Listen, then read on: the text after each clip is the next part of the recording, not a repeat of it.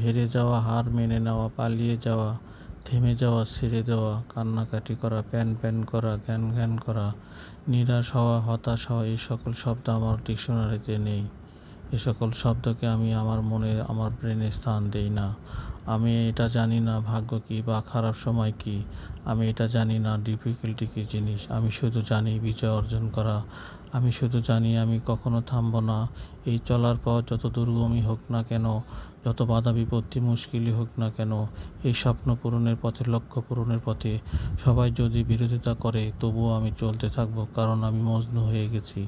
আমার মন প্রাণ সমর্পণ করে দিয়েছি। আমার জীবনের শুধু একটাই চাওয়া, বিজয় বিজয় বিজয়। যা কিছু হয়ে যাক, আমি জিতবো, আমি জিতবো, আমি জিতবো, আমি জিতবো, কারণ আমি যে চ্যাম্পিয়ন হয়ে গেছি। আমাকে যে জিততেই হবে, এই চলার পথে আমাকে জিততেই হবে। আমার আমার সফলতার লক্ষ্যে আমাকে এগিয়ে যেতে হবে।